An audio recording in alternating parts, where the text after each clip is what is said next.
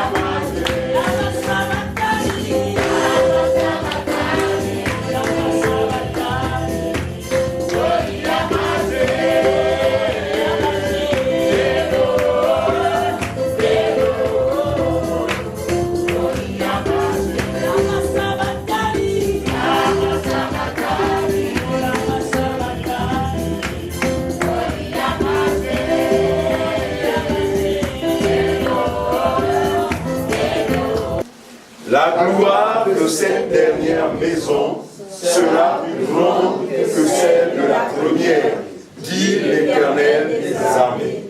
Et c'est dans ce lieu que je donnerai la paix, dit l'Éternel des armées. Que non seulement Dieu bénisse cette parole, mais qu'il ajoute à cette parole l'explication. Amen. Amen.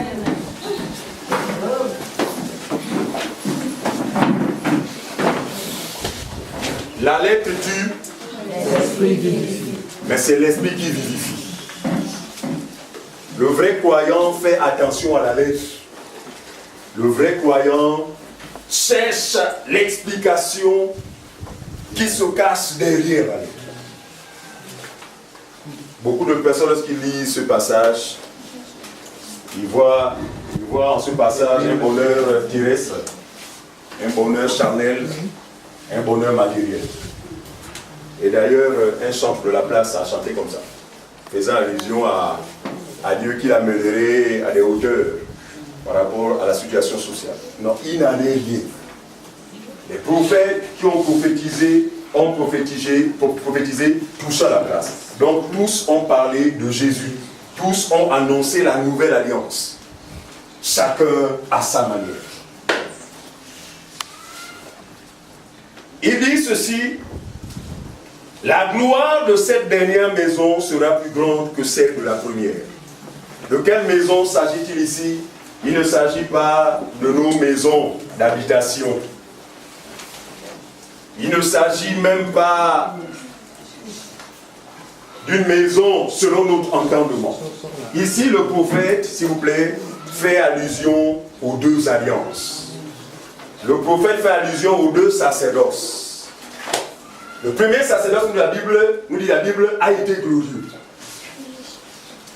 Le nouveau sacerdoce est plus glorieux que le premier. Ça, c'est ce que Paul nous rapporte lorsqu'il fait la comparaison de ces deux sacerdoces. On peut le vérifier, s'il vous plaît. 2 Corinthiens chapitre 3. C'est ça. 2 Corinthiens chapitre 3. Pourtant, l'apôtre Paul va faire la comparaison des deux maisons. 2 Corinthiens, chapitre 3.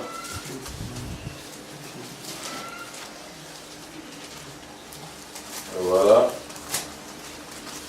On va lire le verset 8.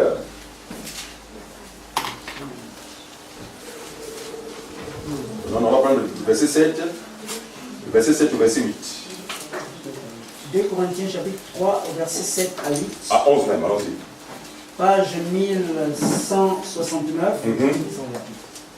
Or, si le ministère de la mort, gravé avec des lettres sur des pierres, a été glorieux, au point que les fils d'Israël ne pouvaient fixer les regards sur le visage de Moïse à cause de la gloire de son visage, bien que cette gloire fût passagère. Or, si le ministère de la mort, gravé sur les tables de pierre, d'accord, ici, Paul fait allusion justement à la loi. Paul reconnaît que le premier sacerdoce qui avait pour appui la loi a été glorieux.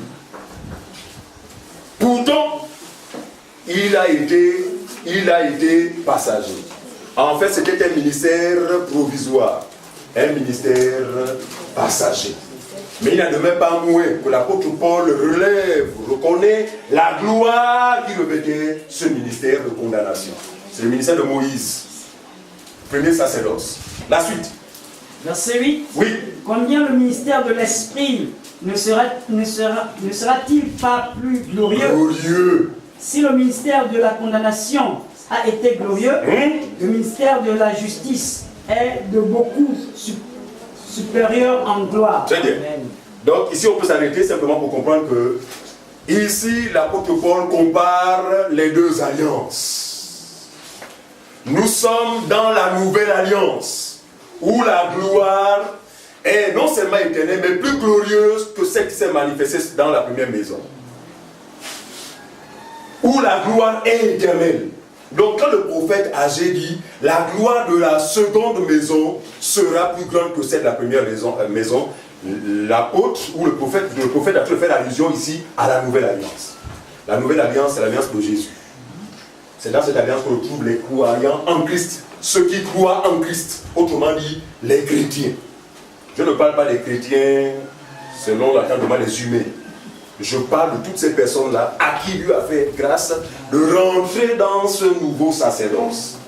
Un sacerdoce glorieux, un sacerdoce éternel, un sacerdoce qui a à sa tête un souverain sacrificateur qui n'est pas mortel. Parce que le premier souverain sacrificateur, appelé Aaron, était un homme mortel. C'est pourquoi Dieu a pris des dispositions en se disant, bon, au cas où il meurt, l'un de ses descendants pourrait occuper sa fonction. Or, le sacerdoce dans lequel nous sommes aujourd'hui, c'est un sacerdoce éternel qui ne peut être transmissible. Donc, la place qu'occupe le Seigneur Jésus ne peut être occupée par personne. Or, sous la première alliance, après la mort d'Aaron, un de ses descendants pouvait se retrouver à la tête de ce sacerdoce. Mais cela pouvait s'expliquer parce que c'était un sacerdoce non seulement terrestre, passager, en tout cas éphémère. C'était un sacerdoce image. Ce n'était pas la réalité. Donc c'est Jésus qui, en venant dans le monde, vient dans un sacerdoce, selon-moi bien, qui n'est pas bâti par les hommes, mais un sacerdoce qui est la réalité. Et c'est en Christ Jésus que les croyants s'y retrouvent. Vous n'êtes pas en Christ, vous ne pouvez être dans ce sacerdoce. Vous n'êtes pas en Christ, vous ne pouvez exercer dans ce sacerdoce. Aujourd'hui, beaucoup de personnes disent, moi je sers le Seigneur, sans s'inquiéter du sacerdoce dans lequel ils exercent. La majorité, malheureusement, exerce encore dans le sacerdoce lévitique, ce qui est dangereux. Parce qu'on a vu que ce sacerdoce avait des particularités. C'était un sacerdoce non seulement passager, mais un sacerdoce de condamnation. Tous ceux qui exerçaient dans ce sacerdoce étaient condamnés. Pourquoi? Parce que ce sacerdoce repose sur la loi. Et qui dit loi, dit condamnation. Donc tous ceux qui exerçaient étaient des pécheurs. Même le souverain sacrificateur Aaron était un pécheur. C'est pourquoi lorsqu'il y est entré une fois dans l'année pour offrir le sacrifice annuel, La Bible dit qu'il n'entrait pas seulement pour offrir le sacrifice pour le péché du peuple, mais pour son propre péché, Pourquoi? Parce que lui aussi était un mortel et un pécheur. Bien aimé, gloire soit rendue à lui. Le nouveau sacerdoce, frère, nous avons à sa tête le Seigneur Jésus lui-même en qui il n'y a point de péché. C'est pourquoi il est éternel. Pour nous, c'est un privilège que d'y être. Amen. Pour nous, c'est un privilège d'exercer notre ministère dans ce sacerdoce. Et lorsque un ministère est exercé dans ce sacerdoce, c'est un ministère forcément parfait. Gloire soit rendue à Dieu. Alors, prenons... alors donc, le thème que nous pouvons partager ce matin, c'est la maison, ou encore la dernière maison. Voilà, la dernière maison.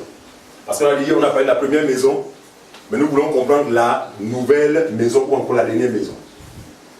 Alors, prenons Exode chapitre 25, le verset 1 à 9. Avant de le lire, je voudrais ici faire un rappel aux uns et aux autres que avant que Dieu ne vienne au milieu de son peuple, à savoir le peuple d'Israël, Dieu, lorsqu'il fallait communiquer des messages au peuple, passait par Moïse, mais cette rencontre avait lieu sur la montagne, loin du peuple. Et il transmettait à Moïse ce qu'il avait à transmettre. Et Moïse, qui était le médiateur à cette époque, transmettait au peuple la pensée qui était celle du Seigneur. Et cela ne pouvait pas durer longtemps parce que Dieu, à un moment donné, suivez-moi bien, va manifester le besoin qui est celui de faire quoi? De venir, de se rapprocher de son peuple. D'habiter à côté de son peuple.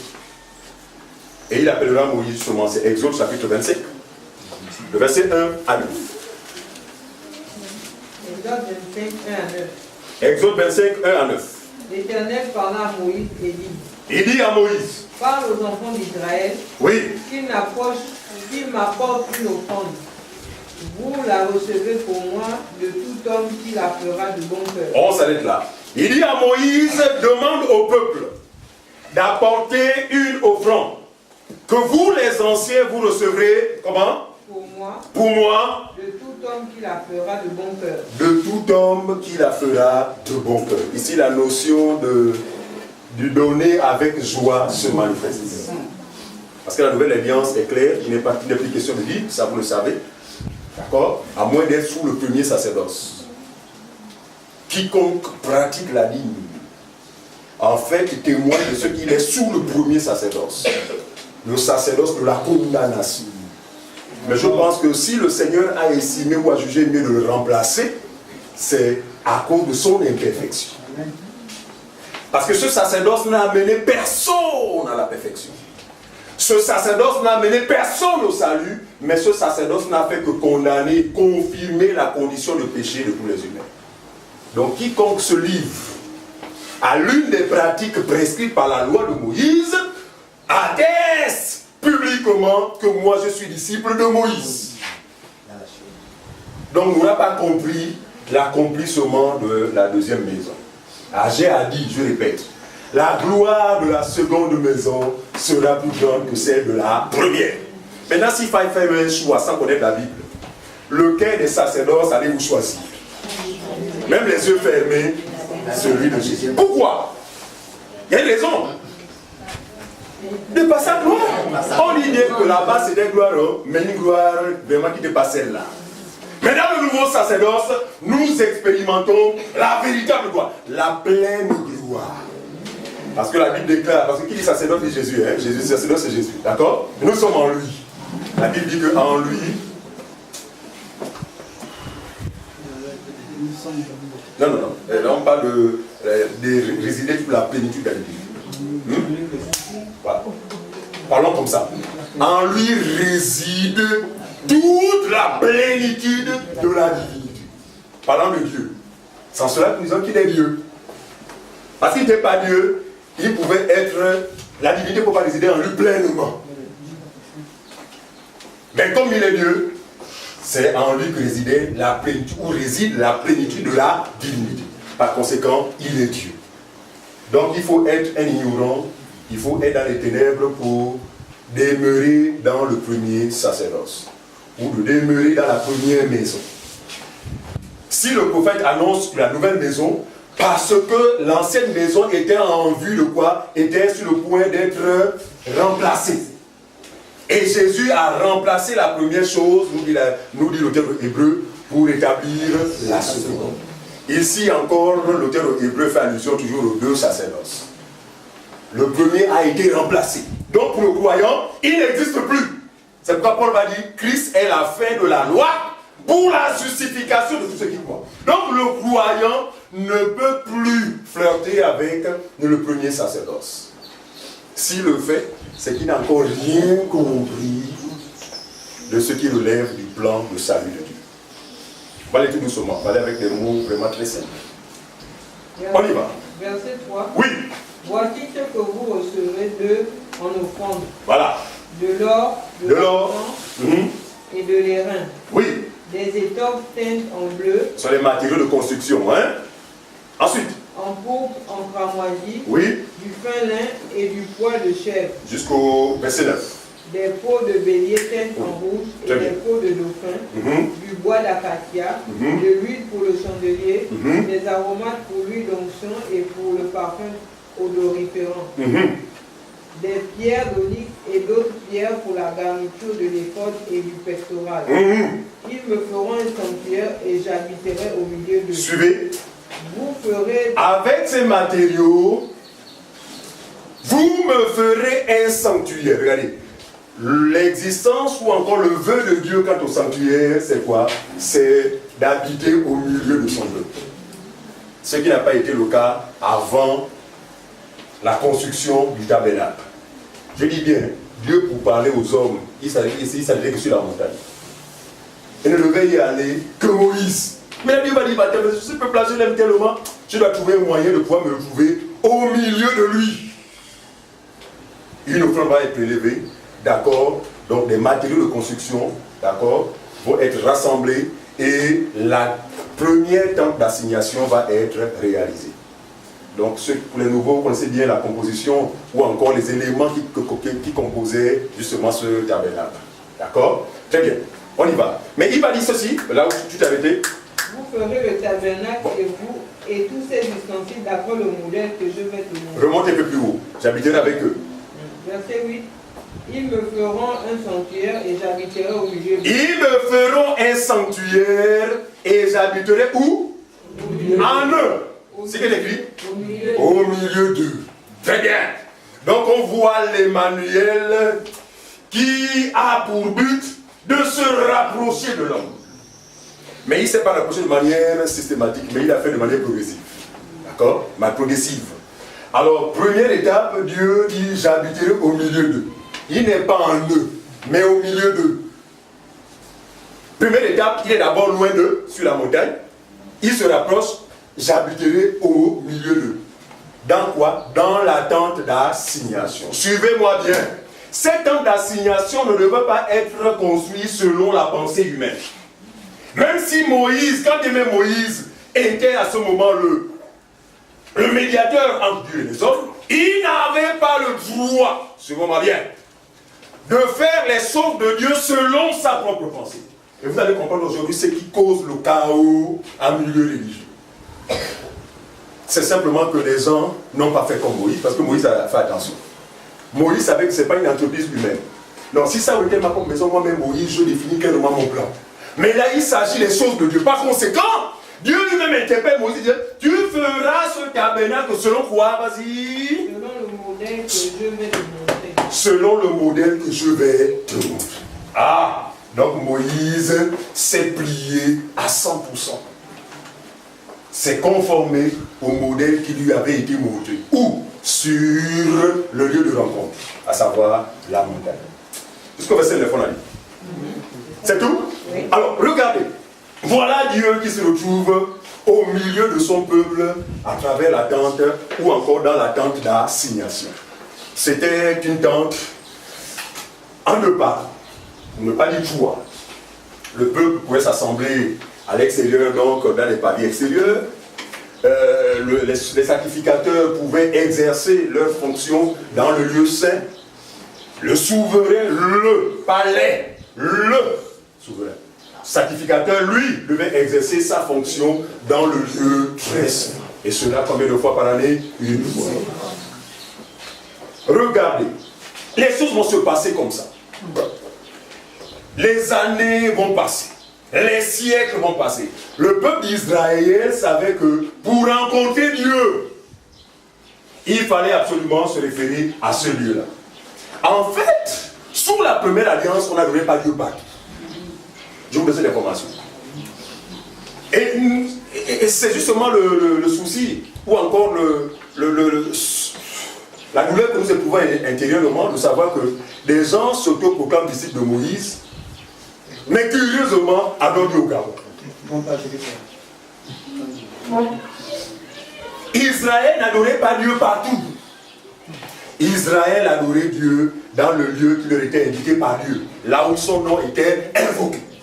Donc quiconque voulait faire quoi que ce soit vis-à-vis de Dieu devait quitter de là où il est pour se diriger vers la tente d'assignation. Parce que c'est là que se trouvait Dieu. Il dit, là sera quoi? Il dit, là sera, Agé, on a dit quoi? Agé disait que quoi? C'est à cet endroit que sera quoi? Le lieu de quoi? Devenez ça, Agé 9, 2, 9. La fin du verset. Si j'ai bonne mémoire. Et c'est dans ce lieu que je donnerai la paix, dit l'Éternel des armées. Et c'est dans ce lieu que je donnerai la paix, dit l'Éternel des armées. Ici, Dieu est dans l'esprit de la nouvelle maison.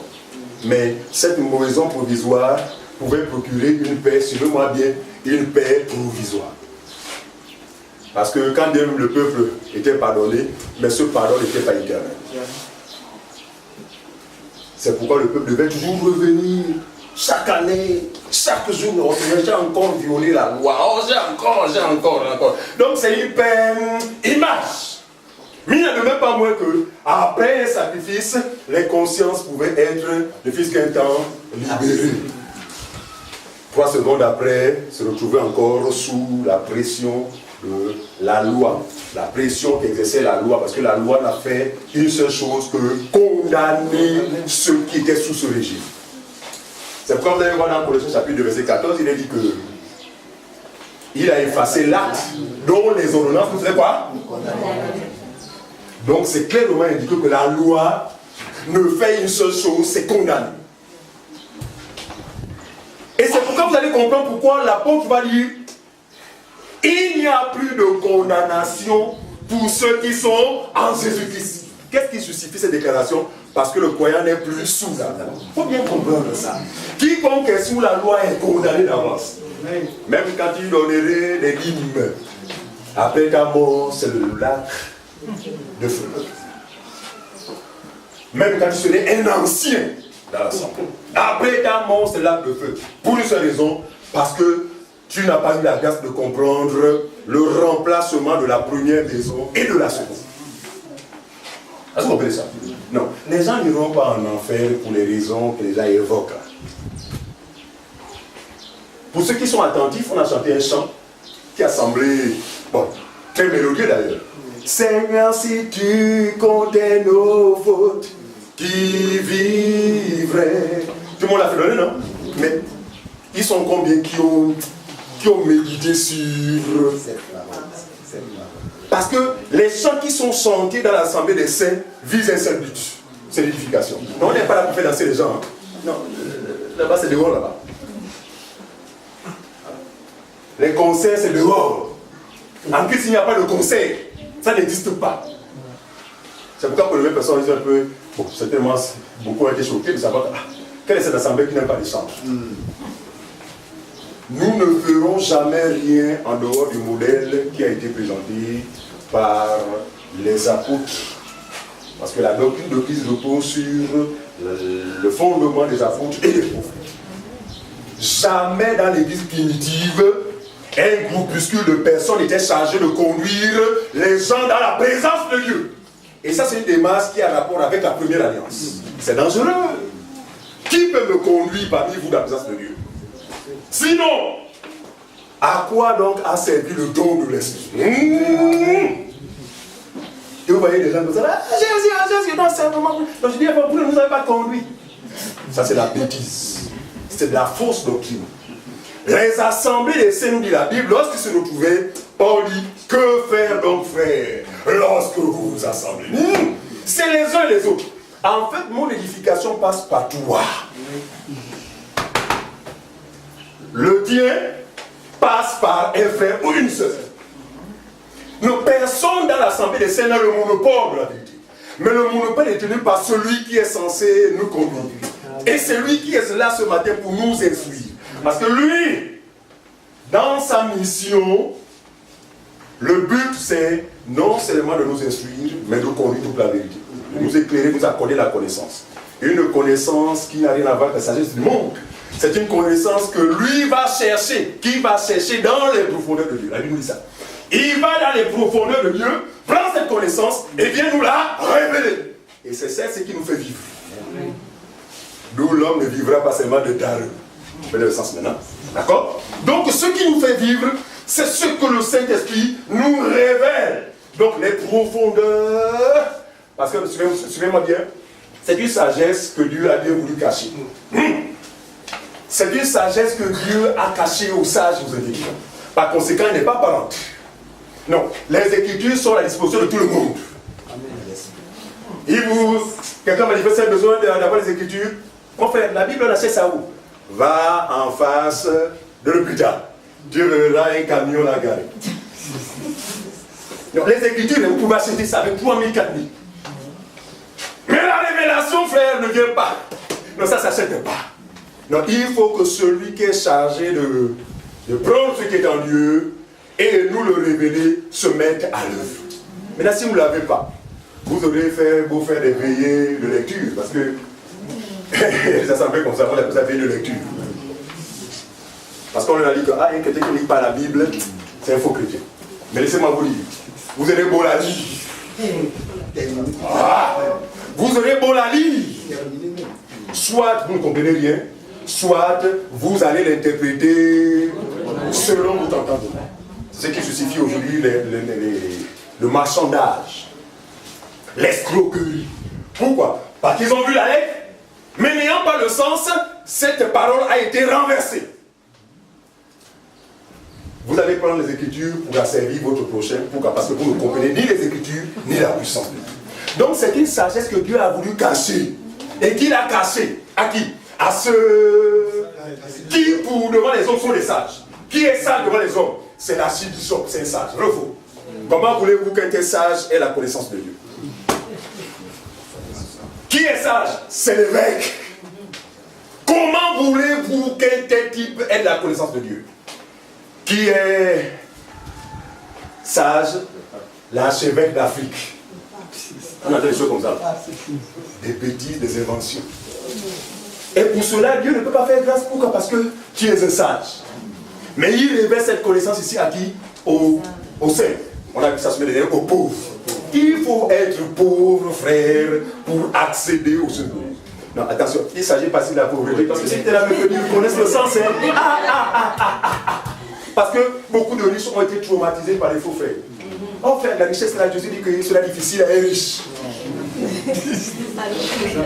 Et puis moi, le riche, il dit, oh mon Dieu, Seigneur, là, vraiment, que dois-je faire de mes richesses? Alors qu'il n'en est rien. Pourquoi? Ils se sont contactés des écrits, mais ils n'ont pas eu le sens de ces écritures. Non, il ne s'agit pas des richesses de cette terre. Et d'ailleurs, je vous dis ceci. Les richesses de cette terre sont indispensables pour cette vie. Enfin, moi de se lever. Hein? Les fonctionnaires, depuis qu'on est secoué là quand même, on a plus la joie. D'accord? Donc on en a besoin. Mais ce que nous disons, c'est que celui à qui Dieu a fait la grâce d'être riche, avec le renouvellement de l'intelligence, fera bon usage de ses richesses.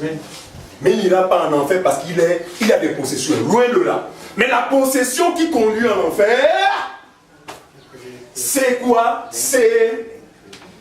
Voilà. Donc c'est le fait de s'appuyer sur autre chose que la justice de Dieu.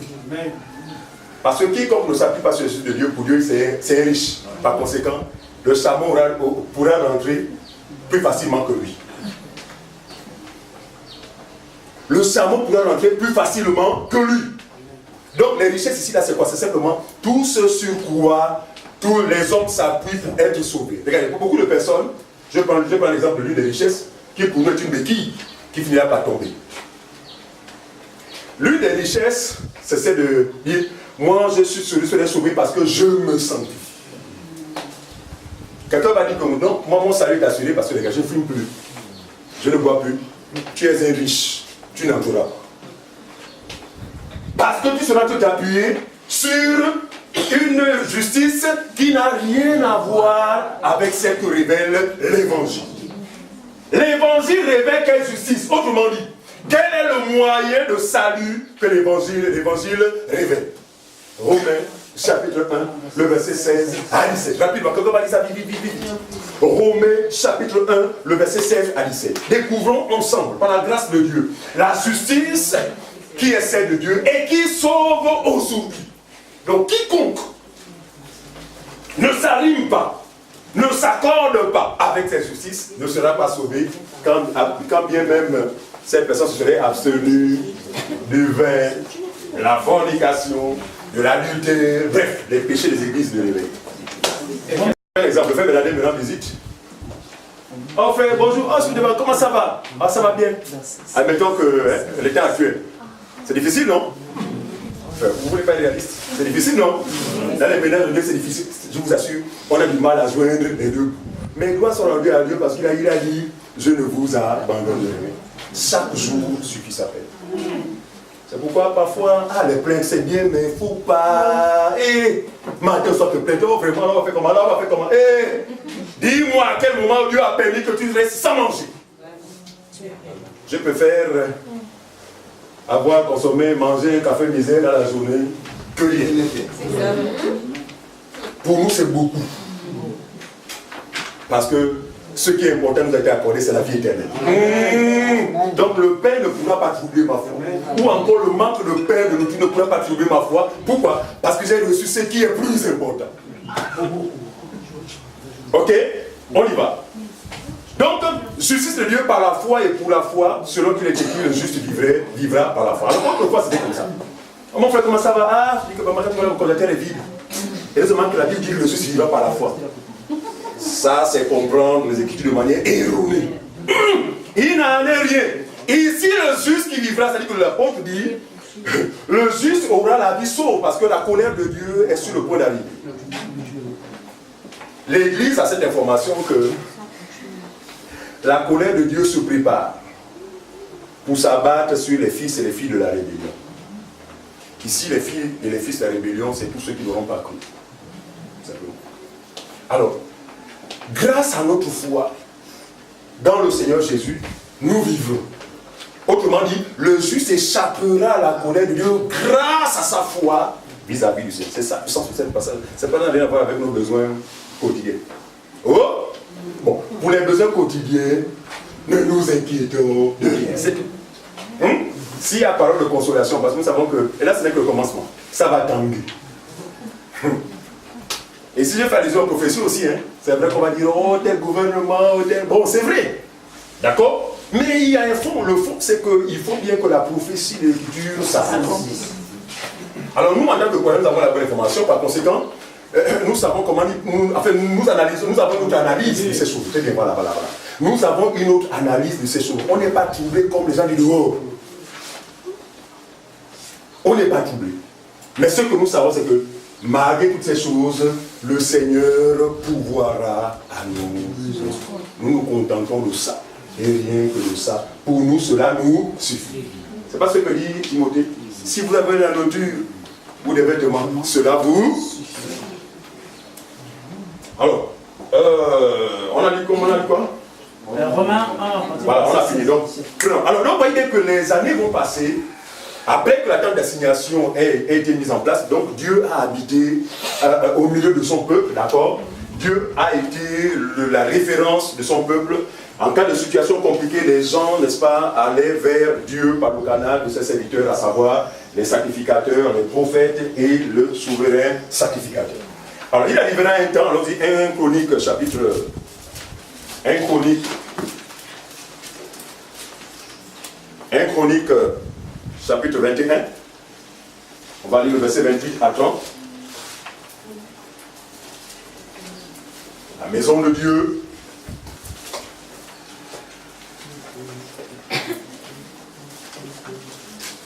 La seconde maison, donc la vraie maison. 1 Chronique chapitre 21. Donc au temps du prophète David, voici ce qui va se passer. Donc 1 Chronique chapitre 21, le verset 28 à 30.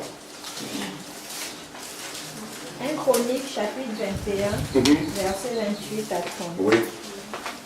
À cette époque-là, David, voyant que l'Éternel l'avait exaucé, dans l'air dormant, le Jébusien y offrait des sacrifices. Oui. Excusez-moi. Oui.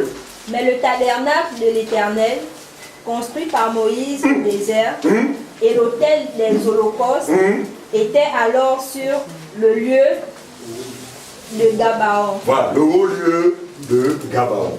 Donc l'endroit où était construit le sacerdoce ou encore la tente d'assignation était le lieu qu'on appelait Gabaon. D'accord? Mais il se manifesta à cet endroit une gloire particulière. Non, qui n'est pas comparable à celle qui se manifeste dans la Nouvelle Alliance. Mais nous reconnaissons que dans ce lieu-là se manifestait une gloire qui a fini par effrayer David. David s'est dit, aller là-bas, c'est prendre des risques. Vas-y, la suite. David ne pouvait pas aller devant l'autel chercher Dieu. Oui. Parce que l'épée de l'ange de l'Éternel lui avait causé de l'épouvante. Très bien. La même épée justement flamboyante qui était agitée de part et d'autre par l'ange de l'Éternel dans le jardin d'Éden, ce même ange continue encore à agir. Comme quoi? Pour empêcher l'homme de se rapprocher de ce sacerdoce. Du moins se rapprocher de très près de Dieu. Ensuite, tu as fini? Oui. Verset 30. Alors c'est toujours un chronique. On va descendre cette fois-ci le chapitre 22. On va lire le verset 1 à 12 rapidement.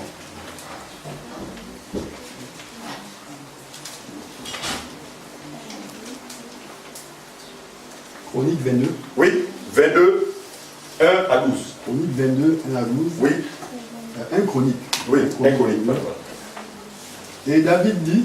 Et David dit. Ici sera la maison de l'Éternel Dieu. Regardez, il va dire, David, le prophète, va dire, ici sera désormais la maison de l'Éternel. Continue. Et ici sera l'autel de l'Holocauste pour Israël. Verset 2. David fit rassembler les étrangers qui étaient dans le pays d'Israël. Et il chargea des tailleurs de pierre de préparer des pierres de taille pour la construction de la maison de Dieu. Très bien. Donc David prend une initiative, selon moi bien, de rendre moderne la maison de Dieu. Parce qu'au départ, la société avec les peaux des animaux, vraiment, d'accord? Mais là, David, vous savez que David, durant son règne, il a été un roi qui a marqué son temps. Donc le pays d'Israël prospérait. Et il se voyait mal lui dormir ou être logé dans de très belles maisons et voir son Dieu dans une tente aussi misérable. Bref, d'apparence. D'accord? Et il va recommander au peuple justement de se charger, n'est-ce pas, de la construction de cette maison. On continue, mon frère. C'est toi? Oui.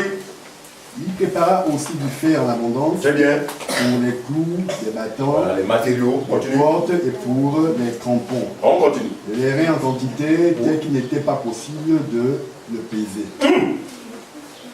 Donc du matériel en stock. On continue. Et des bois de sèvres sans nombre. Oui. Car les Sidoniens et les Tyriens avaient amené David des bois de sèvres en abondance. David disait, mon fils Salomon est jeune et d'un âge faible. Et la maison qui sera bâtie à l'Éternel s'élèvera à un haut degré de renommée et de gloire dans tous les pays. C'est pourquoi je veux faire pour lui des préparatifs. Regardez, quelle est l'ambition de David? David veut que non seulement cette maison soit construite dans ce lieu-là, d'accord, mais que cette maison en fait ait une influence, une renommée mondiale. Et vous verrez que cette maison va être en or. Vraiment, ça dit une maison d'une valeur inestimable. En fait, David voulait remettre, selon son entendement, Dieu à sa place. Parce que bon, pour lui, Dieu était plus grand que lui. Mais lui, il habite dans un palais. Regarde, Dieu, il attend, il dit non, bon, là, je vais mettre le paquet afin que ma gloire se distingue de celle du véritable Dieu. Ici, ça c'est une gloire purement physique, humaine. D'accord? On y va. Et David fit beaucoup de préparatifs avant sa mort. Oui. David appela Salomon, son fils. et lui ordonna de bâtir une maison à l'Éternel, le Dieu d'Israël. Oui. David dit à Salomon, mon fils, j'avais l'intention de bâtir une maison. Je voulais sincèrement bâtir une maison à Dieu. Mais la parole de l'Éternel m'a été ainsi adressée. Mais Dieu m'interpella en me disant ceci. Tu as versé beaucoup de sang. Ah David, tu n'es pas apte. Parce que ma maison là, c'est une maison sainte. Or toi, tu es un homme de guerre. Et tu as versé énormément de sang par conséquent. Pour moi, tu n'es pas apte à construire ma maison. Il faut bien comprendre les choses, hein. On y va. Tu as versé beaucoup de sang. Beaucoup de sang. Et tu as fait de grandes guerres. Tu ne bâtiras pas une maison à mon nom, car tu as versé devant moi beaucoup de sang sur la terre. Très bien. Donc mes pensées ne sont pas vos pensées. Donc, lui voulait faire pour plaire à Dieu. Or, les choses de Dieu ne se font pas selon la pensée humaine. Et Dieu va le confondre. D'accord? On y va. Voici, il te naîtra un fils qui sera un homme de repos. Suivez, bien-aimés. Ah, Seigneur. David va mettre au monde un enfant. Il s'agit ici de M. Salomon. Mais Dieu dit que cet enfant-là serait un homme de repos. Regardez-moi bien. Pour bâtir la maison de Dieu sous la première alliance, frère, le critère du repos était indispensable. Pourquoi? Parce que celui qui y habitait, suivez-moi bien, qui y habitait, était lui-même le véritable repos. Amen. Donc il fallait que Salomon, qui était l'homme de repos, en fait c'est lui qui était apte à être en harmonie avec le véritable repos. D'où le choix de Dieu sur cet enfant, malgré son âge. Parce qu'à un moment, le père a dit non, il est trop jeune. Ça c'est la pensée humaine toujours. Hein. Ah, il est trop jeune, vraiment, s'il était grand, j'aurais pu. Mais il ne savait pas que Dieu pense autrement. Malgré son âge, malgré, c'est lui que Dieu aura choisi. Pourquoi? Parce qu'il est premièrement un homme de repos. On y va. Voici, il te naîtra un fils qui Oui. sera un homme de repos. Oui. Et à qui je donnerai du repos en le délivrant de tous ses ennemis. Merci Seigneur. Car Salomon sera son nom, et je ferai venir sur Israël la paix et la tranquillité pendant sa vie. Amen. Continue. Ce sera lui qui bâtira une maison à mon nom. À mon nom, Il sera pour moi un fils. il sera pour moi un Je serai fils. pour lui un père. Et je serai pour lui un père. Et j'affermirai pour toujours le trône de son royaume. Seigneur Israël. Jésus. Et écoutez les déclarations du Seigneur. Lorsqu'on sait que aucun trône sur la terre, aucun pouvoir sur la terre n'a été éternel. Parce que dire que il établira un règne, enfin un trône éternel avec David, c'est-à-dire que c'est comme si Salomon était immortel. Non. En fait, Dieu ne parle pas de Salomon, le fils du roi David. Dieu est en train de parler du vrai Salomon. Souvenez-vous, le Seigneur Jésus, lorsqu'il est sur la terre, il va dire, mais regardez, cet homme a été suscité Salomon. Lorsqu'il parlait, la Bible dit sa sagesse faisait en sorte que les gens voyagent de part et d'autre pour venir entendre la sagesse. Mais suivez-moi bien, chers contemporains. Ici, il y a plus que Salomon. Ah! Donc pour nous, il y a un véritable Salomon et un Salomon image. C'est pourquoi il a été qualifié de l'homme de repos. En réalité, le vrai Salomon, qui est le vrai repos, c'est la personne de Jésus. C'est parce que mon couple. C'est comme ça qu'on comprend les choses de Dieu. Ça ne pas n'importe comment. Non, vous savez, Salomon est un homme riche. Nous ne parlons pas des hommes. Les prophètes n'ont jamais parlé des hommes. Tous ont parlé de la personne du Seigneur Jésus. Très bien, on y va. Verset 11. Oui. Maintenant, mon fils, Maintenant, mon fils. l'Éternel soit avec toi, Ah. afin que tu prospères et que tu bâtisses la maison de l'Éternel, Très bien. ton Dieu, Oui. comme il l'a déclaré à ton égard. Comme il a déclaré à ton égard. Quel verset tu es? Verset 12 maintenant. Verset 12. Allons, verset 18.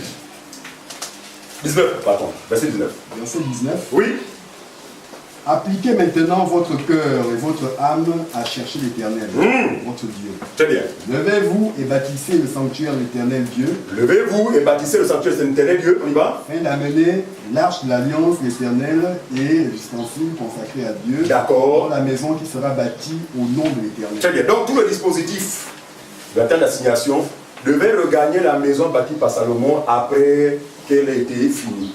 Donc c'est après qu'elle ait été finie, maintenant qu'on a transporté les ustensiles et ce qui fait la force de la maison de Dieu. Regardez, une maison de Dieu sans lasse. n'est pas maison de Dieu. Il faut faire attention, quand je parle comme ça, là, il y en a ah, il faut bien dire à mon pasteur que même l'assemblée, il faut maintenant lâche. Parce qu'une maison de Dieu sans lâche n'est pas maison de Dieu. Nous ne parlons pas de l'image. Lâche, c'est quelle image? La réalité là, c'est quoi? C'est la doctrine de Christ. Vous pouvez vous rassembler par milliers là. Tant qu'il n'y a pas de doctrine de Christ, ce n'est pas Dieu. Vous n'êtes pas rassemblés pour Dieu. Vous êtes venus vous admirer. Vous êtes venus admirer le pasteur parce qu'il est éloquent. Vous savez qu'aujourd'hui, on assiste beaucoup plus, non pas à la prédication de l'évangile, mais à de la prestation. Les pasteurs s'exercent jour et nuit devant le miroir. Oh, vous savez, ma chère, vous savez, lorsque le gestuel, tout ça, pour venir. La mystification. On a plus de prestations, on assiste à plus de prestations qu'à des prédications de l'évangile. Est-ce qu'on connaît ça? Mais il dit, donc, lâche, la réalité de lâche aujourd'hui, la nouvelle alliance, parce que, regardez, tout ce qui a été prescrit à Moïse sous la première alliance, la pensée s'est déversée, la pensée a rejoint la nouvelle maison. Donc, la pensée demeure, mais c'est la pratique qui change. Ça va se comprendre. Première alliance, on parle de maison. Nouvelle alliance, c'est une maison. Maintenant, il faut maintenant distinguer, ou faire la différence qu'il y a entre qu'est-ce qui distingue la première maison de la seconde. La première alliance, on appelle le lâche. Dans la nouvelle alliance, il y a aussi lâche. Et là, c'est quoi? C'est la doctrine des apôtres et des prophètes. Regardez, sans la doctrine là, quelles que soient les chansons, quelles que soient les révélations en griffe, quels que soient les témoignages en griffe, vous n'êtes pas avec Dieu. Parce que ce qui faisait la force de cette maison, c'est quoi? C'est l'âge de l'alliance. On continue, frère. Verset 19, on a lu. Et 19? Ok, toujours 1 Chroniques, chapitre 28, on va lire très vite. 1 Chroniques, chapitre 28. On va lire le verset 17 à 20. Le verset 17 à 20, s'il vous plaît. Verset 17 à 20. Oui. Chroniques, chapitre 28, verset 17 à 20. On suit la lecture, s'il vous plaît. Il lui donnait le modèle des fourchettes. Des bassins. La notion du modèle poursuit tous ceux-là qui voulaient faire des choses pour Dieu. Ça veut dire qu'on ne peut rien faire au nom du Seigneur sans se référer à un modèle. C'est pourquoi vous allez voir que les assemblées des saints, regardez, moi, les assemblées des saints. Les assemblées des saints ne font pas des choses ou ne se lient pas des pratiques parce qu'ils ont vu cela à la télévision. Parce que curieusement, le modèle de vie chrétienne qui est mené aujourd'hui est calqué malheureusement à partir des chaînes dites chrétiennes. Vous les connaissez, notamment les câblés. Là où la Côte d'Ivoire empoisonne. Il n'y a que ceux qui ont l'esprit pour comprendre mon langage. Parce que pour certains, oh c'est chaîne chrétienne, je dis que non, moi là, du matin ça qui est béni.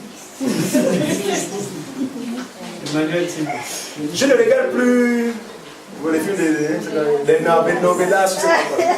Excusez-moi, je suis là, je regarde pas ça, donc je vais au bureau, oh novelas. Depuis que j'ai accepté Jésus, je dis que novelas, je ne regarde plus ça.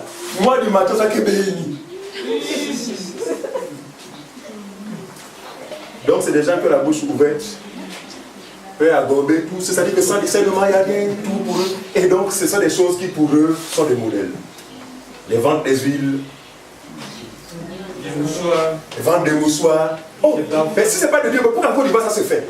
Frère, la Côte d'Ivoire ne sera jamais le modèle des choses. Même pas les États-Unis. On dit que les Américains sont organisés. Eux, l'église, non, mais une église, ils ont les hôpitaux, ils ont les écoles, frères. Ne soyons pas comme les premiers que nous avons condamnés. Parce que regardez, non, créer des structures comme les hôpitaux, les écoles n'est pas mauvais. Ça, il n'y a pas rien, d'accord? D'accord? Mais ce qui est triste, c'est que les gens font ces choses comme utilisant des moyens. En fait, pour eux, ce sont des moyens pour attirer le plus grand nombre. Parce que si l'église mère en griffe, c'est pas l'église, mais on appelle ça l'église. Très bien. Si l'église mère a eu une telle popularité, des têtes assises à travers le monde entier, c'est parce qu'ils ont usé des moyens humains pour gonfler leurs effectifs. Aujourd'hui, toutes ces filles dans leur ensemble, regardez, catholique, hein, c'est la maman. Ouais, mais c'est une maman qui a mis au monde des filles. Des filles qui se sont rebellées vis-à-vis d'elle pendant un moment. Qui reviennent. Voilà. Ils l'ont condamné. Oh, toi, vraiment, non, maman, toi, la vraiment, il y a des chapelet, oh, maman, Jésus n'a pas dit ça. Oh. Mais au bout d'un temps, ces filles se sont rentrées, se sont ressaisies. Elles sont rentrées en elles pour dire, ah, mais c'est quand même notre mère. C'est elle qui nous a mis au monde. La mère laisse la mère. Elle a su faire pour nous. Et toutes ont fait une demande, c'est quoi? C'est d'aller vers maman, à genoux, maman, nous te demandons pas. Et la maman dit, mais je ne peux vous rejeter, vous êtes mes filles. C'est vous qui m'ignoriez. Vous êtes mes filles. Bon, regardez, je ne vais pas me contenter seulement de votre pardon, mais je voudrais que votre pardon soit justifié. Voilà, pas des actes.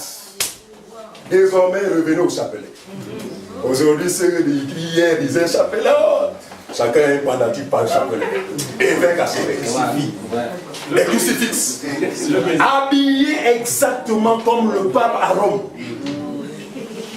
Le béni, le saint, l'huile sainte. Et c'est des choses qui ne choquent personne. Seule l'Église, en fait, voit ces choses.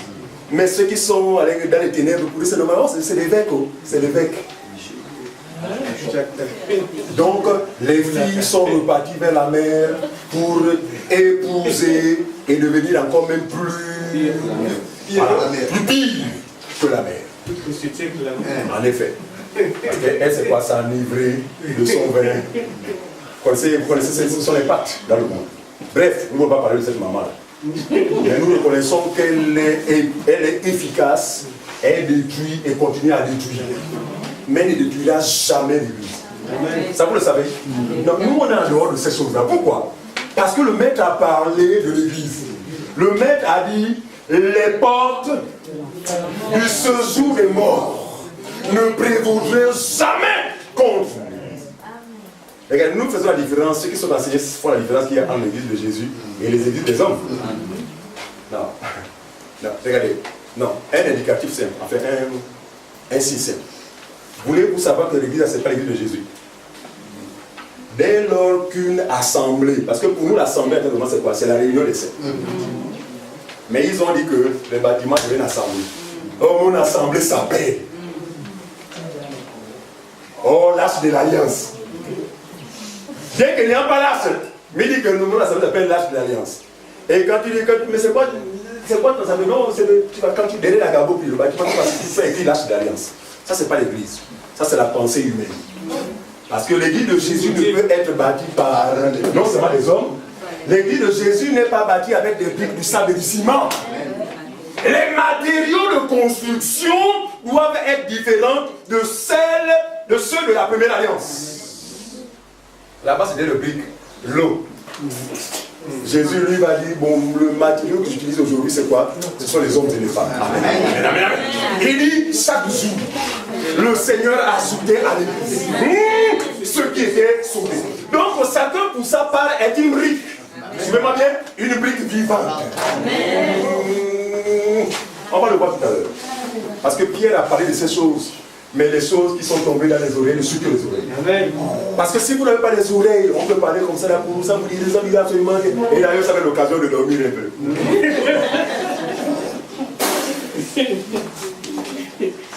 Ah, il est d'accord même quoi? Pardon, je comprends même rien, pardon. Dors. Celui qui est de Dieu ne dormira pas, parce que ces choses sont pour lui la vie éternelle. Vous savez ce que Pierre a dit? Il y a qui d'autre irai-je? Ah, le maître dit, mais vous aussi, allez comme les autres. Faites comme ces personnes-là qui me suivaient à cause du pain. Comme aujourd'hui. Les gens sur Jésus, c'est parce que quand tu vois la jeune qui là depuis des années, pardon, je vais à l'église.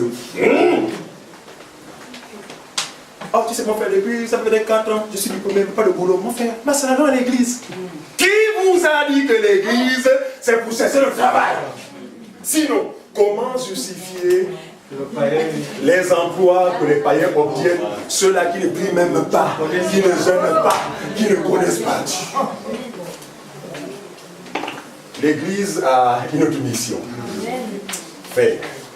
Par l'âge, ou encore grâce à l'âge de l'Alliance, la mission de l'Église consiste à quoi? Amener les gens à quoi? À ouvrir les yeux.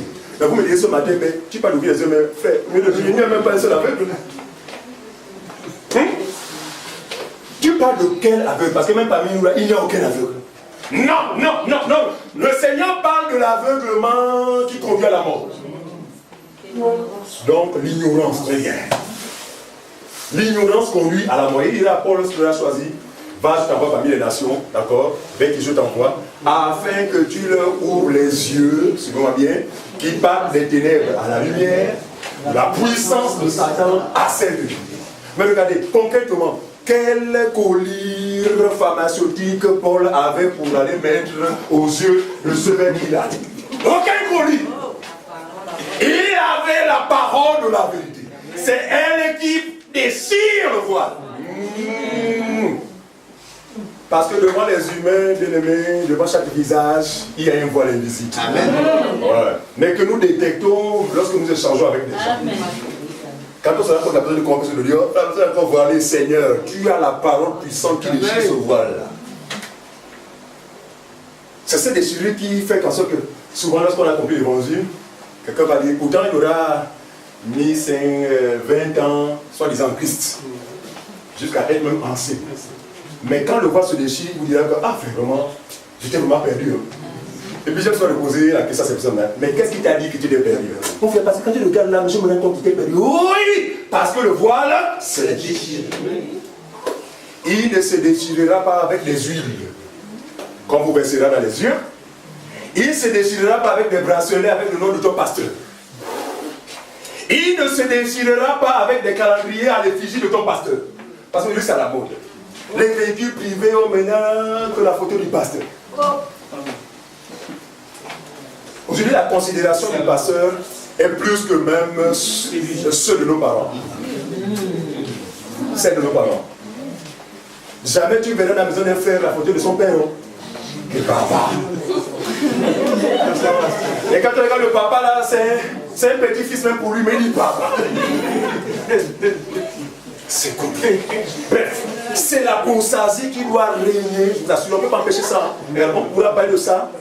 Non, on ne peut pas empêcher ça parce que Dieu, il faut bien que ces choses arrivent. Mais notre souci, c'est que les élus de Dieu qui sont dans ces camps de concentration,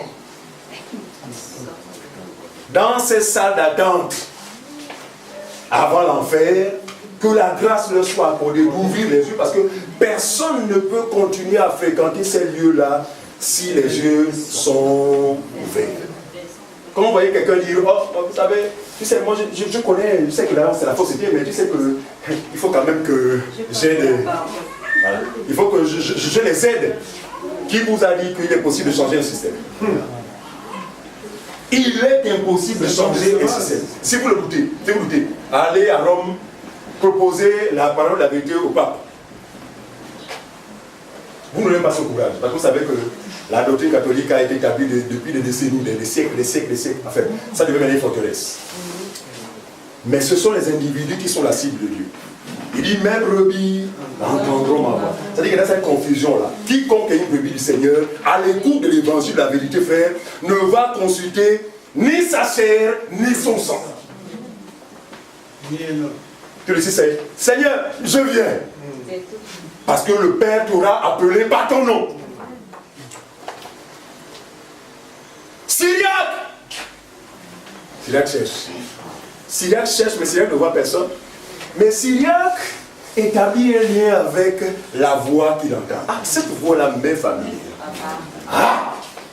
Cette voix-là, il me semble l'avoir entendue quelque part. Très bien.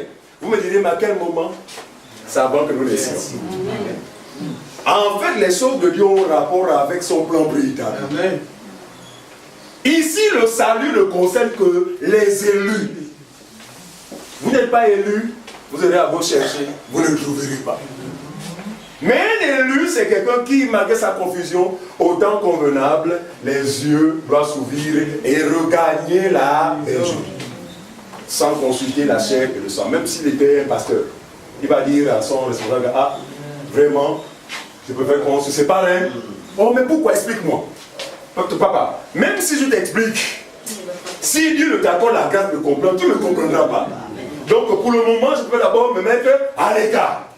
Le temps pour moi, selon que Dieu me conduira, de t'expliquer plus clairement ces choses. Comme vous savez le contraire, il se pourrait qu'à l'instant que aussi, le Père ouvre ta bouche et c'est parti. Oh, mais tu as raison, mais c'est vrai. Oh, mais là, vraiment. Mais attends. Donc Dieu fait ces choses comme il veut. Allons-y, ne nous éloignons pas de notre sujet. Donc on a fini, on a lu le 28, 17, 20. 28, 17, 20. Il donna le modèle des fourchettes. Donc le modèle des fourchettes, on y va. Des bassins et la liste d'or pur. Très bien. Le modèle des coupes d'or avec le poids de chaque coupe. Très bien. Et des coupes d'argent. Oui. Avec le poids de chaque coupe. Oui. Et le modèle de l'autel des parfums en or épuré. D'accord. Avec le poids. Et il lui donna encore le modèle du char. Le modèle revient, non? Toujours modèle.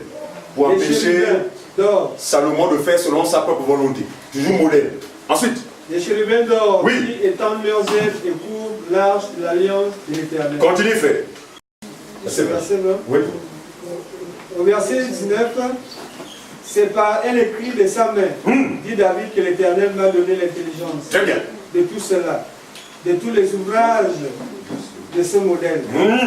David dit à Salomon, son fils, fortifie-toi, prends courage et agis. Amen. Ne crains point et ne te fais point. Très bien. Car l'Éternel, mon Dieu, sera avec toi. Très bien. Il ne te laissera point, il ne t'abandonnera point, jusqu'à ce que tout l'ouvrage pour le service de la maison de l'Éternel soit achevé. Très bien. Donc ici vous voyez que le modèle a été révélé à David, suivez-moi bien, et David a révélé, a transmis ce même modèle, suivez-moi bien, à son fils Salomon. Et c'est sur la base de ce modèle que la maison appelée le temple de Jérusalem a pris forme en fait. Le modèle était celui qui avait été révélé par Dieu. Regardez. On voit que jusque-là, Dieu est d'accord avec l'habitation terrestre. Dieu est d'accord d'habiter dans une maison qui est bâtie par les hommes. Mais regardez, pendant cette période où la loi est en vigueur, Dieu va susciter un prophète appelé Ésaïe, qui lui va s'exprimer différemment. Il va sembler contredire Dieu. Qu'est-ce qu'il va dire? Ésaïe chapitre 66, verset 1 à 2. Ésaïe 66, 1 à 2. On y va. Ésaïe 66, 1 à 2, page 742. Page 742. Oui. 42. Ésaïe 66, le verset 1 à 2. On y va très rapidement. Ainsi parle l'Éternel. Écoutez Ésaïe. Ainsi parle l'Éternel. Le ciel est mon trône. Le ciel est mon trône. Et la terre mon marchepied. La terre mon marchepied. Quelle maison pourriez-vous me bâtir? Et quel lieu me donneriez-vous pour demeure? Suivez-moi bien. Dieu semble se contredire. Mais c'est toi qui as dit à Moïse qu'on va faire comme ça, non? Pour que je vienne habiter au milieu de vous. C'est encore toi qui certainement a inspiré David à réaliser cette glorieuse maison. Mais comment brusquement, à travers la bouche du prophète David, le prophète Ésaïe, tu viens carrément dire que le ciel est mon trône et la terre mon marchepied. Autrement dit, je remplis tout en tous. C'est ça le sens. Le ciel est mon trône, la terre mon marchepied. Je remplis tout et en tous. Vous parlez comme les hommes. Ma tête touche le ciel, mes pieds touchent la terre. Bon, rien que sur cette base, je vais vous aider, vous les humains. Quelqu'un qui a cette taille-là. C'est vraiment bien, c'est lui qui dit, il dit, ma tête touche le ciel, mes pieds touchent la terre. La question qu'il pose maintenant, bon, si on tient compte de ma taille, vous, hommes, quelle maison pourriez-vous bâtir?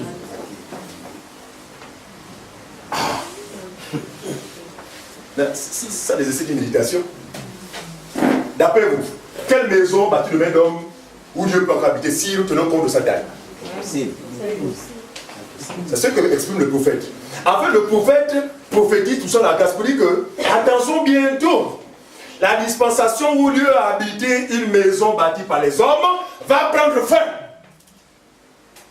C'est pour ça que dans l'église véritable, nous on ne conçoit pas la maison de Dieu comme les lames de dehors. Parce que chez la maison de Dieu, c'est le bâtiment là.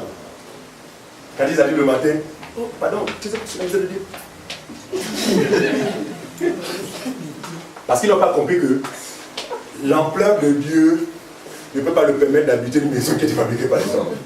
Et c'est ce que David a dit pourtant, Esaïe. Vas-y, il dit. Ainsi par l'Éternel, le ciel et mon trône, la terre, mon On va se pied, suivez. Quelle maison pourriez-vous me bâtir? Et quel lieu me donnerez-vous? Et quel lieu me donnerez-vous pour demeure? Il pose cette question à l'homme qui est toujours tenté jusqu'à présent. Oh, pardon, le Seigneur s'est révélé à moi dans la nuit. Il m'a dit que non, il faut que je construise une maison, une église. Vous avez entendu des révélations comme ça, non? En fait, c'est des révélations qui ne cadrent pas. Pour nous, c'est Satan qui parle, parce que ce Satan contredit la parole de Dieu. C'est pourquoi il est nécessaire pour nous, en tant qu'enfants de Dieu, de connaître la parole de Dieu. D'accord? Parce que sans cette connaissance, vous prendrez en compte toutes les révélations. C'est pourquoi vous avez dans ces milieux là où il a apostasie, Dieu parle à tout le monde. Oh, Dieu m'a parlé, il dit que oh, Dieu m'a parlé, que Dieu m'a parlé. Et quand quelqu'un apprend que Dieu m'a parlé, la personne est quand même étrangère aux choses de Dieu, mais Dieu parle. Oh, Dieu m'a parlé, j'ai une révélation. Non, c'est le quotidien dans ces milieux-là. Non, celui qui est de Dieu assure lui le Toumim et l'Urim. Donc les deux ailes, les apôtres, la doctrine des apôtres et des prophètes. Lorsqu'une prophétie sort, même dans l'église, on le recommande à l'église de faire quoi? Examiner. Attention. L'église, c'est pas comme on voit là, amen à toute tête. Dans l'église véritable, il n'y a pas d'amen n'importe comment. Quand tu entends un frère dire amen, c'est que le frère a confronté la prophétie avec le Toumim et l'Urim. Amen. Le Toumim et l'Urim a attesté que ça, c'est la parole de Dieu. Amen, Seigneur. Dans l'église de Jésus, il n'y a pas dit amen cette fois. Ça, c'est là où le Satan ouvre ces choses. Si vous ne me donnez pas un bon amen, je ne presse pas. Ça, c'est dans le royaume des ténèbres. Ouvrez ces choses. Dites amen. Voilà. Que quelqu'un me donne un bon amen. Donc, ils ont tellement de slogans, mais c'est l'ambiance de la chair. Et quand on en sort non pas rempli de la paix de Dieu, mais satisfait sur le plan émotionnel. Et elle attrapée quelques minutes plus tard ou quelques heures plus tard par la réalité. Or, les choses de Dieu, frère, quand elles rentrent, frère, elles déterminent votre vie. Votre vie prend une direction certaine. Amen. Vous voyez toute la différence. Donc, nous ne sommes pas dans un théâtre. Il t'amène cette fois. Donc, c'est l'examen. Il dit, examiner les prophéties. Et Jean chapitre 47 dit, éprouver les esprits, n'est-ce pas, pour savoir si c'est le Dieu ou pas. Donc, le croyant, ce n'est pas celui qui se m'amène. Tu as dit quoi? Après, on l'examine. Amen. Ça, c'est la parole de Dieu. Mets l'association. Voilà, mets l'association. Sans ça, il n'y a pas de mets d'association. On y va, frère. Verset 2. 2, suivez. Toutes ces choses, ma main les a faites. Les briques là, le sable, l'eau, ma main les a faites. Et tous ont reçu l'existence, dit l'Éternel. J'ai bien. Voici sur qui je porterai. Je peux m'arrêter là. Suivez. Il dit, quelle maison pourriez-vous me bâtir? Donc Dieu a envie de faire quoi? De passer de la première, suivez-moi bien, à la seconde maison. Jésus va rencontrer la femme samaritaine. Jean chapitre 4. On y va. D'abord Jean le 13. Jean le 13 à 17. C'est la page. Voilà. Gagnez le temps. Jean le 13 à 17. Jean 2, 13 à 17. Jean 2, chapitre 13 à 17. Très bien. La Pâque d'Égypte était proche. Oui. Et Jésus monta à Jérusalem. Il trouva dans le temple des vendeurs de bœufs, de brebis et de pigeons. Très bien. Et les changeurs assis. Hein? Ayant fait un fouet avec des cordes. Avec des cordes. Il les chassa tous du temple. Il chassa tous les vendeurs du temple. Ainsi que les brebis et les bœufs. Ainsi que les brebis et les bœufs. Il dispersa la monnaie des changeurs. Il dispersa la maison, la monnaie des changeurs. Les tables. Suivez-moi bien. Jésus trouve les commerçants dans le temple. Il les reprendra en leur disant que, écoutez, la maison de Dieu n'est pas le marché. Si vous voulez vendre, allez à Mbouette, ce n'est pas ici. D'accord? Il va fabriquer un fouet, les mettre dehors, non seulement, suivez-moi bien, non seulement les vendeurs, mais également leurs marchandises. Au point où, suivez-moi bien, après ces choses, Jésus se retrouve seul dans le temple. Seul dans le temple. En fait, c'était un message qu'il faisait passer à ses contemporains. Disant, le temps arrive où votre maison là va être remplacée. Parce qu'en réalité, c'est moi qui suis le véritable temple. Mais personne n'a compris son langage en fait. On continue, frère. Et il dit au vendeur de pigeons. Ôtez cela d'ici. Oui. Ne faites pas de la maison de mon père une maison de trafic. Très bien. Ses disciples se souviennent qu'il est écrit. Suivez. Le zèle de ta maison me dévore. Les Juifs prenant la parole lui dirent, quel miracle nous montres-tu pour agir de la sorte? Jésus leur répondit. Suivez les gars du Seigneur. Détruisez ce temple en 3 jours. Je le verrai. Cette déclaration a rapport avec ce qui avait été annoncé par le prophète Agé. Non, il était nécessaire que ce temple soit détruit. Pourquoi? Parce qu'il ne peut avoir 2 maisons dans une même dispensation. Dieu habite une seule maison. Alors il ne pouvait pas établir son sacerdoce pendant que le premier était encore en vigueur. Et il va dire aux Juifs, détruisez-moi ce temple-là, le joli temple-là, le joli, le glorieux temple-là. Jésus va avoir l'audace, vous parlez combien d'hommes, de dire, cassez ça. Ah, mais ça c'est un blasphème pour les Juifs. Quoi? La maison de Dieu. Regardez, c'est pourquoi nous disons, et ça vous ne comprenez pas, ça sont les Juifs qui parlent comme ça, les lecteurs. C'est pourquoi nous disons que cet homme-là, il a des démons. Vous avez le témoignage en ce jour que Monsieur Jésus est possédé. Parce que, non, avoir une telle pensée vis-à-vis de la maison de Dieu, il faut être possédé. En réalité, il n'était pas possédé, il était dans la démarche de l'accomplissement. Mais il fallait que ce temple, quelle que soit sa gloire, quelle que soit sa beauté, soit détruit, afin qu'il soit remplacé par celui qui est plus glorieux, à savoir lui-même. Très bien. La suite, frère. La suite. Verset 20. Oui.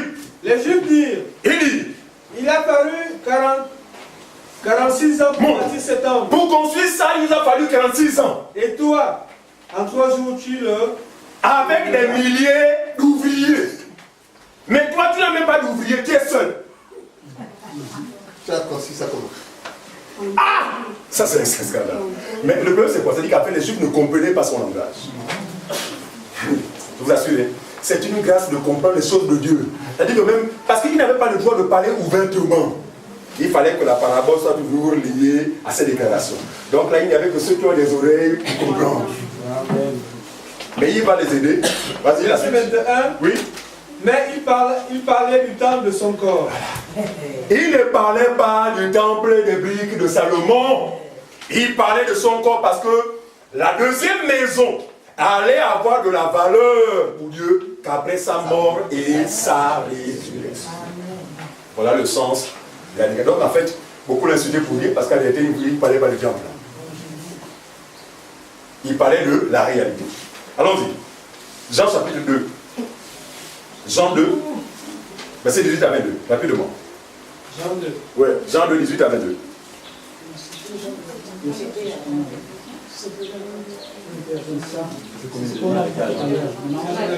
Ok, Jean 4, voilà, Jean 4.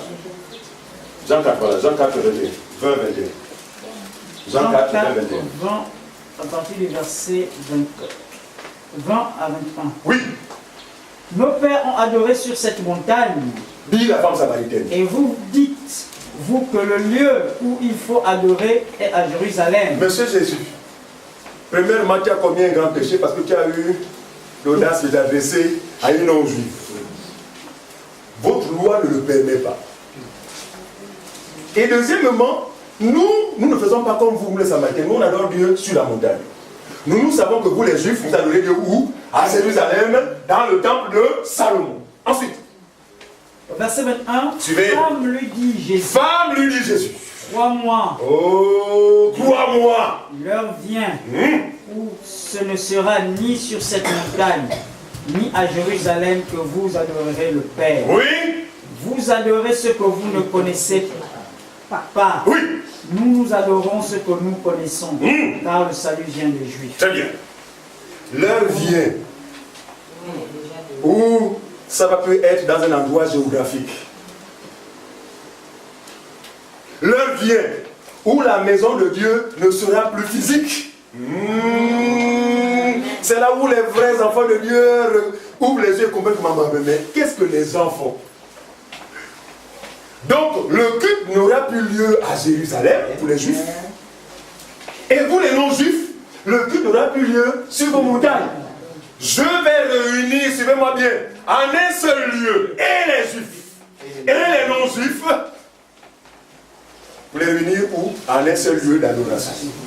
Et le lieu d'adoration, frère, n'est plus géographique, c'est en esprit et en vie. Autrement dit, par le Saint-Esprit. Personne ne peut adorer Dieu sans le Saint-Esprit. En vérité, c'est quoi? Conformément à la doctrine de Christ. C'est ça là, adorer Dieu en esprit et en vérité. Donc c'est une compréhension que nous n'avions pas par le passé. Pour nous, adorer l'esprit et la vérité, ça veut dire que c'est quitter l'Église catholique. Adorer Dieu, c'est quoi? C'est devenir premièrement enfant de Dieu, recevoir son esprit qui sera capable de donner d'adorer Dieu. Parce que personne ne peut adorer Dieu sans son esprit. Regardez les gens du monde. Tous se réclament d'adorer Dieu, n'est-ce pas? D'autres l'adorent sans chaussures, d'autres la tête en bas, les pieds en haut, d'autres à même le ventre. Non, ce qu'ils font, ils appellent ça adoration.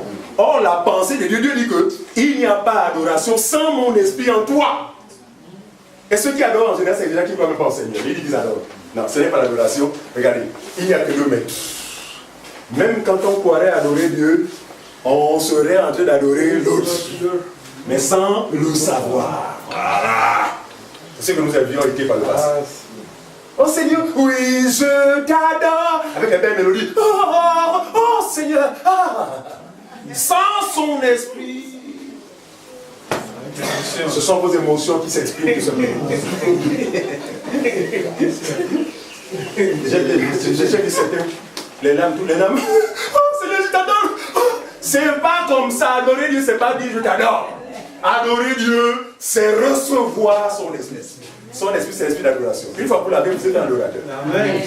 C'est pourquoi il va dire l'heure vient. Elle est déjà venue. Ou les vrais. Regardez, il n'y a pas de vrai, on ne peut pas parler de vrai d'hier sans faire allusion au faux. C'est-à-dire que pour Jésus, tous ceux qui ont adoré avant lui, c'était les faux adorateurs. Pourquoi? Parce que c'était une adoration image, une adoration charnelle, une adoration provisoire, une adoration qui était, voilà, qui était une simple formalité. Mais il dit, l'heure va venir, ici il fait allusion à l'église.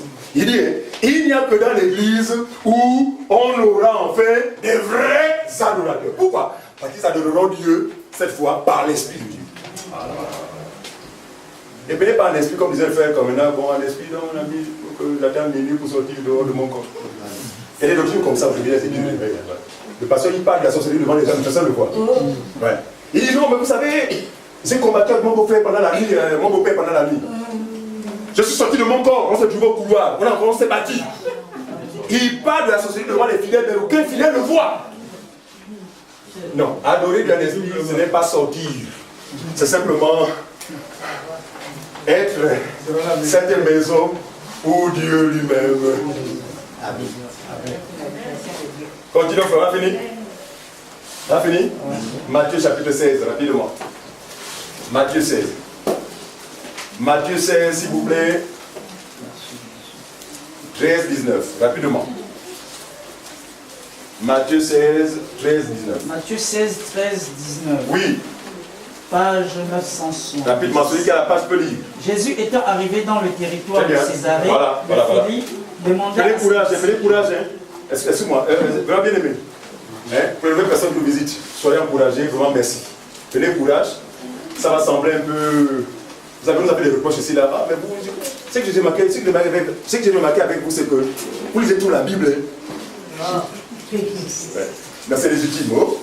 Parce qu'ils sortent des milieux où, mon ami, c'est l'ambiance, quoi, c'est n'importe quoi. Oh, ma chère, je dis, cette année, c'est ton année, tu veux te marier. Amen, oh. Voilà. Ça, c'est le monde. Les saints se réunissent pour écouter Dieu. Voilà. Et Dieu ne parle que par le moyen de sa parole. Allez. Jésus étant arrivé dans le territoire de Césarée, très bien. Philippe demanda à ses disciples. qui dit-on que je suis, moi, le Fils de l'homme? Que disent les gens de moi, de ma personne? Au verset 14, Suivez. ils répondirent, les disciples, les uns disent que tu es Jean-Baptiste, nous avons entendu des gens dire que c'est toi Jean-Baptiste, les autres Élie, d'autres Élie, les autres Jérémie, d'autres Jérémie, ou l'un des prophètes. ou l'un des prophètes. En temps normal, selon moi bien, après tes déclarations ou tes réponses à part des disciples, Jésus devait réagir en disant quoi? Non, ce n'est pas moi. Hein? Il dit non. En fait, non, ils sont à côté. Mais vous allez remarquer que Jésus n'a rien dit. Pourquoi Jésus ne dit rien? Parce que tous ceux qui ont été cités là ont parlé de lui. Donc il se reconnaît en lui. Ok. Il va retourner la même question à ses disciples. Maintenant, et vous? Pas les gens du dehors. Maintenant, vous qui marchez avec moi, qui dormez avec moi, quelle opinion avez-vous de ma personne? Vas-y, frère. Verset 15. Oui. Et vous, Et vous? leur dit-il, qui dites-vous que je suis? Très bien. Simon Pierre répondit, tu es le Christ, le Fils de Dieu vivant. Ah? Jésus, reprenant la parole, lui dit, tu es heureux, Tu es béni, fils de Simon. Jonas, car ce ne sont pas la chair et le sang qui t'ont révélé cela, mais c'est mon Père qui est dans les cieux. Très bien. Vous voyez bien que la réponse de Pierre n'a fait que quoi? N'est que le résumé de la première réponse. Parce que Jérémie, Élie ont parlé de Christ. Donc lui, il a également révélé finalement le centre ou encore l'objet de leurs investigations. C'est-à-dire qu'à savoir parler des prophètes. Tu es le Christ. Il va dire à Pierre, Pierre, tu es heureux. Tu es béni. Avec tes déclarations, on aurait cru que Pierre a des possessions, il y a des maisons, des rues, des cylindries. Non. Béni pourquoi? Qui est béni? C'est celui qui a la grâce de comprendre les choses de Dieu. La bénédiction véritable, c'est quoi? C'est accéder à la connaissance des choses d'en haut. Il dit, tu es béni, car ce n'est pas la chair, ni le sang qui t'ont révélé ces choses, mais c'est mon Père qui a bien voulu te le révéler. Mais suivez maintenant. Il dit, maintenant tu es Pierre. Vas-y, fais. Verset 18. Suivez. Et moi je te dis que tu es Pierre. Tu es Pierre. Et que sur cette pierre, je bâtirai mon église. Arrêtons-nous là. Le prénom de Céphas, c'était Pierre. Il dit, maintenant, je sais que tu es Pierre. Il dit, maintenant tu es Pierre. Non, il savait qu'il s'appelle déjà Pierre. Mais il va dire, je sais que tu es Pierre. Il ne parle pas de son prénom, parce qu'il savait que c'est lui Pierre. Il faut bien comprendre ça. Tu es Pierre. Donc il fait maintenant de Pierre l'un des matériaux de construction. Parce qu'il a envie de construire sa maison. J'ai indiqué tout à l'heure que il ne pouvait plus construire sa maison comme la première. Parce que là-bas, c'est pas le brique, le ciment, les poteaux, le bois. Mais il doit construire une maison. Parce que la première maison, pour lui, a été détruite. Donc le temple a été détruit. Quand bien il existait physiquement, mais lui, la destruction du temple, c'est quoi? C'est par rapport à sa mort et à sa résurrection. Mais il lui faut maintenant bâtir sa maison. Il dit, Pierre, je te dis que tu es Pierre, donc tu deviens un caillou. Et sur cette pierre, je bâtirai mon église. Et sur le roc, sur le rocher, donc sur Christ, je bâtirai mon église. Et Paul va dire autrement, l'église est bâtie sur le fondement des apôtres et des prophètes. Jésus-Christ lui-même étant la pierre. Donc il va faire de Pierre quoi? Une brique. Regardez, Pierre a été la première pierre qui a été posée en vue de la construction de cette maison qu'on appelle l'église. On y va faire. Je bâtirai mon église. Il dit, je bâtirai mon église. Regardez, c'est l'église de qui? Jésus. Or, qu'entendez-vous à l'extérieur? Si vous n'êtes pas d'accord, vous sortez de mon église. Donc celui qui a essayé, c'est quand même, il a des faits. Ça c'est pour vous. Voilà, c'est pour les hommes. Oh, j'ai souffert. Ma femme et moi, pour construire l'église. Ma femme et moi, non, on a souffert pour construire cette église-là. Pour nous, nous savons que ce n'est pas l'église de Dieu parce que Jésus est clair. Il dit, Pierre, tu es Pierre, et sur cette pierre, je. Qui bâtit l'église? C'est Jésus lui-même. Avec quel type de matériaux? Les hommes et les femmes qu'il appelle les ténèbres à son admirable lumière. Est-ce qu'on met ça? Il dit, c'est la seule entité que moi je vais bâtir qui ne sera pas victime des affres de l'enfer.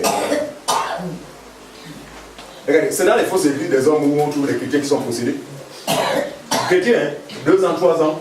Enfin, moi, il faut que tu sais que je suis converti à 5 ans, mais il faut que je fasse un travail parce que tous les nuits je ne dors pas.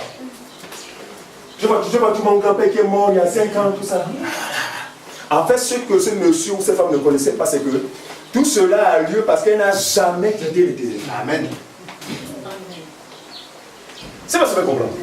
Non. Du point de vue doctrinal, un croyant ne peut être possédé parce que sa maison devient désormais un temple. Et là où Dieu habite, aucun démon ne peut cohabiter avec. Jamais, il est nulle part dans les Écritures, il a été prouvé qu'un chrétien peut être possédé. Très bien. Il a été par le passé, oui, tous étaient possédés, maudits. Ah, moi, la première. Mais grâce à Dieu à Dieu. Quand la grâce me fut accordée de croire en la véritable parole, la Bible dit, j'ai été transporté, sûrement bien transporté des ténèbres à son admirable lumière. Dans la lumière, il n'y a plus de malédiction. Sinon, Paul n'aurait pas dit qu'il n'y a plus de condamnation possible. Donc, en Christ, suivez-moi bien, nous rentrons en possession de la bénédiction qui a été promise à Abraham, le père de la foi, à qui Dieu dira, toutes les familles de la terre seront bénies en toi. Très bien. Et Paul va dire qu'en Christ Jésus, nous sommes bénis de toutes sortes de bénédictions spirituelles dans les lieux célestes. Donc le croyant, frère, est dans une totale et pleine bénédiction. Vous me direz comment cela est possible? Par la foi. Comment cela est possible? Par la foi, et par la foi seulement. C'est là qu'intervient le scandale de la foi. Ah! Fais-tu dire que c'est seulement la foi? Oui! Nous ne changerons pas de langage parce que nous ne faisons que répéter ce qui a déjà été dit. C'est par la foi que. C'est par la foi que. C'est par. Dieu va rendre témoignage aux anciens que c'est par la foi que. Mais il va. Pour l'avoir obtenu, les anciens, d'accord? Un témoignage favorable. Ont obtenu un témoignage favorable de la part de Dieu. Ils ont obtenu quoi? La foi. Ils ont gardé la foi. En fait, ils sont restés fermes quant aux déclarations ou aux paroles de Christ. Jésus dit, celui qui croit en moi est réellement libre. Malédiction, libre. C'est pas moi, sort libre. Péché, libre. Envoûtement, libre. Alors si c'est le cas, quel travail spirituel recherchez-vous auprès de vos pasteurs avec vous? C'est que vous ne croyez pas en son œuvre. Donc vous ne croyez pas à l'évangile. Il n'y a que celui qui ne croit pas à l'évangile qui va dire, ah tu sais, je me suis converti à 12 ans, mais je me rends compte qu'il est nécessaire pour moi de faire un travail. Il devait se m'appeler avant-hier, paraphraser rapidement. On dit, en fait je suis sur le point de voyager, est-ce que je peux me laisser ta nièce? Tu dis, il n'y a pas de problème. Alors comme ça tombe bien, comme ça vous ferez un travail. Et je lui dis, mais tu parles de quel travail? Je ne suis pas un travailleur. Dans la nouvelle alliance, on ne travaille plus. La nouvelle alliance, le croyant rentre dans un repos. Ce n'est plus nous qui travaillons. Ancienne alliance, Jésus était assis, il a dit, bon, travaillez. Pour que vous me fassiez plaisir. Et puis on a essayé de travailler. Mais ça va marcher, d'accord? Il dit, bon, ok, incapable. Allez, asseyez-vous. Et le temps est arrivé, maintenant vous devez maintenant prendre ma place. Allez, venez vous asseoir. Moi, je vais la travailler. Mais ce que l'apôtre va dire, il y a un repos qui est réservé au peuple de Dieu. Oui, celui qui rentre dans ce repos se repose de ses œuvres.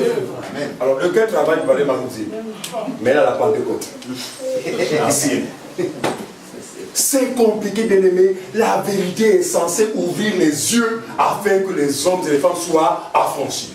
Donc, l'église de Jésus est bâtie par lui-même. Et l'église n'est pas un bâtiment. Enfin, mais votre église s'appelle comment? Pour nous, voilà l'ignorant qui nous pose des questions qui n'ont pas lieu d'être. Votre église est située où? Et souvent nous les confondons.